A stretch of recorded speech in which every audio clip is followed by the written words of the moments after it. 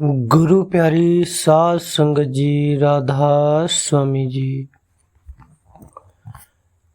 आज की जो साखी हम आपको सुनाने जा रहे हैं वह राधा स्वामी सत्संग ब्यास डेरा की महत्वपूर्ण साखी है। गुरु प्यारी सास संगत जी, एक बार का वाकया है कि डेरा ब्यास में एक साधारण किसान सत्संग सुनने के लिए आया था। उसका मन बहुत बोझिल था। घर की परेशानियां, खेत में नुकसान और परिवार की चिंता से वह बहुत दुखी हो गया था। सत्संग में जब बाबा जी ने कहा कि मनुष्य जन्म केवल सांसारिक दुख उठाने के लिए नहीं है, बल्कि परम पिता परमात्मा से मिलाप करने का एक साधन भी है।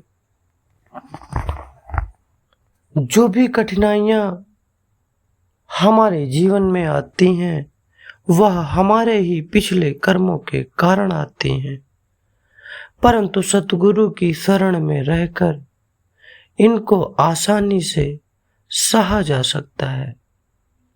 गुरु प्यारी सास संगत जी, बाबा जी की इस बात को सुनकर मानो उसके मन में बड़ी शांति पहुंची हो।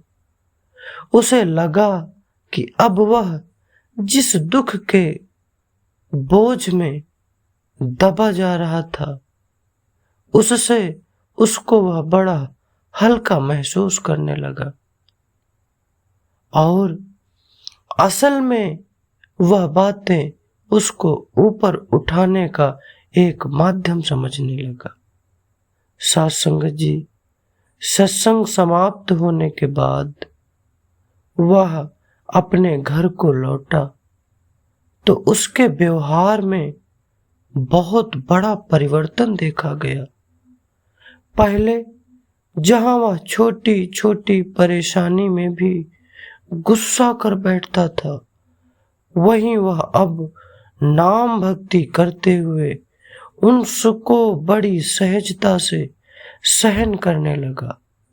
साथ संगत जी, उसका यह परिवर्तन देखकर उसका पूरा परिवार बहुत ज्यादा प्रभावित हुआ और साथ संगत जी, धीरे धीरे उसका पूरा परिवार भी सत्संग एवं सेवा से जुड़ गया। साथ संगत जी, इस छोटी सी साखी से हमको बस यही संदेश मिलता है कि नाम भक्ति ही एक ऐसी भक्ति है जिसकी भक्ति करके, पूजा करके, सेवा करके हम अपने आवागमन से छुटकारा प्राप्त कर सकते हैं और अपने कर्मों का नाश भी केवल नाम भक्ति से ही किया जा सकता है। इसलिए सत्संग जी, हमको भी चाहिए कि इस छोटी सी साखी से प्रेरणा लेकर अपने आप को हमेशा सत्संग, सेवा एवं भजन सिमरन से जोड़े रखें। गुरु प्यारी सात संगत जी, राधा स्वामी जी। एक छोटी सी साखी और है जो डेरा ब्यास से ही संबंधित रखती है, वह मैं आपको सुनाने जा रहा हूं। सात संगत जी, एक बार का वाकया है कि डेरा ब्यास में एक जन्म से अंधा व्यक्ति सेवादार के रूप में रहता था और वहीं पर सेवा किया करता था। वे अपने आप को हमेशा सेवा में लगाए रखता था। सेवा चाहे झाड़ू लगाने की हो, पोछा लगाने की हो, कोई भी सेवा हो, वह हमेशा खुश रहता था और भजन सिमरन को पूरा पूरा वक्त देता था। उसकी इस सेवा को देखकर लोग बहुत हैरान हो जाते कि यह बिना आंखों के कैसे इतना प्रसन्न रहता है। तो साध संगत जी, किसी व्यक्ति ने उस बिना आंख वाले अंधे व्यक्ति से पूछ ही लिया कि बाबा एक बात बताओ कि आपके पास आंखें भी नहीं हैं, फिर भी आप इतना खुश कैसे रहते हो। तब साध संगत जी, उस अंधे व्यक्ति ने अपने पिछले जन्म की बात बताई। क्या कहा उन्होंने, आओ आगे साखी में सुनते हैं। तो साध संगत जी, उसने बताया कि उसका जो पिछला जन्म था वह एक कौवे का जन्म था। ब्यास के किनारे ही एक पीपल का पेड़ था और उसके नीचे से एक रास्ता गुजरता था। तो उस व्यक्ति ने बताया कि मेरा जो जन्म था वो कौवे का था और नीचे से एक कार से एक कुत्ते का एक्सीडेंट हो गया था। चूंकि मुझे भूख बहुत तेज की लगी थी और मैं उसी पीपल के पेड़ में बैठा था।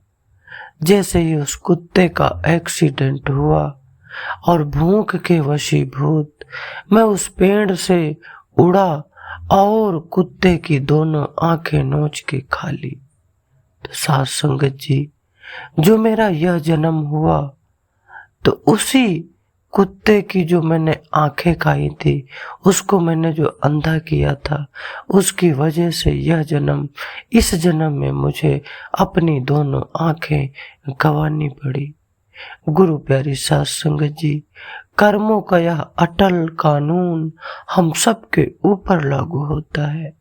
हमारी जिंदगी में जो छोटे छोटे दुख, तकलीफें, मुसीबतें आती हैं, हमें उनसे घबराना नहीं है। अपने सतगुरु को सदा हाजिर नाजिर समझते हुए उन तकलीफों को सहन करना है। गुरु प्यारी साध संगत जी, अगले वीडियो में हम फिर मिलेंगे आपको एक रोचक साखी के साथ। तब तक के लिए आप सब लोगों को मेरा प्रेम प्यार भरा राधे।